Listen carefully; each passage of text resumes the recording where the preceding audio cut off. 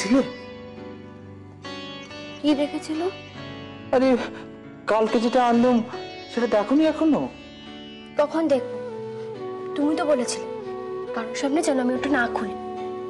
আর এখানে তো সবসময় কেউ না কেউ থাকে, নয় ঠাকুরজি নয় মা। সবাই দেখলে কি হবে? না, সবার সামনে দেখবে না। কেন? সবার সামনে দেখলে কি দোষ? তোমাকে না তো দোষগুণ বিচার করতে হবে না, বুঝেছো? আমি বারণ করেছি, তুমি দেখবে না, ব্যাস। তুমি সবকিছু তো লুকিয়ে লুকিয়ে করো কেন গো? তোমার সাহস নেই? না, নেই। তোমার মতো না অত সর্বনেশে সাহস আমার নেই। ভারী সাহসী এলেন রে, যত সব। এখনো তোমাদের খাওয়া হলো না? হচ্ছে। তুমি গিয়ে শুয়ে পড়ো না। কেন? শুয়ে পড়বো কেন? তবে কি করবে? আমার যা ইচ্ছা তাই করব। ছোট ঠাকুরজি, তুমি বরং আজ আমার ঘরে এসো। তুমি অনেকদিন আমার ঘরে শো না। বাবা, তোমার ঘরে? তোমার ঘরে গেলেই তো তুমি ভোস ভোস করে নাক ডেকে ঘুমিয়ে পড়বে। তার চেয়ে বরং আমি মেজো বউর সঙ্গেই শোবো। তাড়াতাড়ি খাওয়া সেরে ওপরে এসো। কি গো, এ মানুষ ডাক্তার? ও মা, মেয়ে ছেলে ডাক্তার, তার আবার বিয়ে হয়েছে? তবে আর বলছি কি, ছেলে নিজে দেখে শুনে বিয়ে করেছে। ও মা, সে কি গো, ছেলে নিজে পছন্দ করে বিয়ে করেছে, তাই নাকি? হ্যাঁ গো, যা বুঝছো তাই। ও প্রেম প্রীতি ধরাধরির বিয়ে গো। হ্যাঁ, এবার আমাদের ঘরে সব সব ঢুকবে। ঢুকবে, ঢুকুক না, ঝেঁটিয়ে বীজ ছেড়ে দেবো। হ্যাঁ, মেজো বউ, কি হলো? ওখানে গেলে না? এদিকে ফেরো না।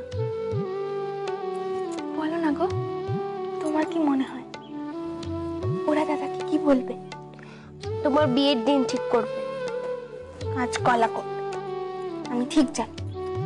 আমার ঠিকুজি মিললেও ওই বাড়িতে আমার বিয়ে হবে না। কেন? কেন আবার? ওরা কত বড় লোক, আমাদের বাড়িতে ছেলের বিয়ে দেবে কেন? তাহলে যারা দেখতে এসেছিল কেন? সে তো ওরা গাদা গাদা মেয়ে দেখে বেড়ায়। বাহ, তুমি তো দেখতে সবই জেনে বসে আছো। তোর শুধু শুধু আমাকে কেন বকাচ্ছ? আমাদের এখন একটাই কাজ, অপেক্ষা করা। কথায় আছে না, লাখ কথা না হলে বিয়ে হয় না। সে কি গো, আমি যে শুনলুম সব পাকা হয়ে গেছে? কার কাছে শুনলে? কার কাছে শুনলে? আমি তো বললাম কথাবার্তা চলছে, আর উনি শুনলেন ঠিক হয়ে গেছে। বাহ, নাকি সব পাকাই, মুক্তবাণী আমাদের বলতে চাইছে না। ঠিকই হয়ে গেছে। এতে বলার কি আছে? হ্যাঁ, এতে বলার কি আছে শুনি? মেয়ের বিয়ে ঠিক হলে কি লুকিয়ে বিয়ে দেবো? তোমাদের সামনে দিয়ে শ্বশুর বাড়ি যাবে। কিছু ঠিক হয়নি তাই জানানো হয়নি। আমি মেয়ের মা, আমি কিছু জানলাম না, উনি জেনে বসে আছেন মেয়ের বিয়ে ঠিক হয়ে গেছে। সশস্ত্র বিপ্লবের ক্ষেত্রে নারীর যোগদান তো নতুন নয়। বিভিন্ন দেশে যেসব সার্থক বিদ্রোহ সংঘটিত হয়েছে তাতে নারীগণ শতে শতে যোগ দিয়েছে। ভারতবর্ষে বা একাজ কেন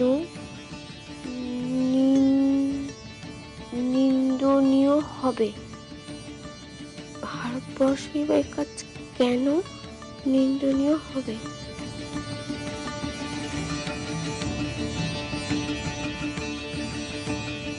আমার বিশ্বাস যে আমার বোনেরা দুর্বলতা ত্যাগ করে হাজারে হাজারে এসে বিপ্লবী দলে যোগ দেবে।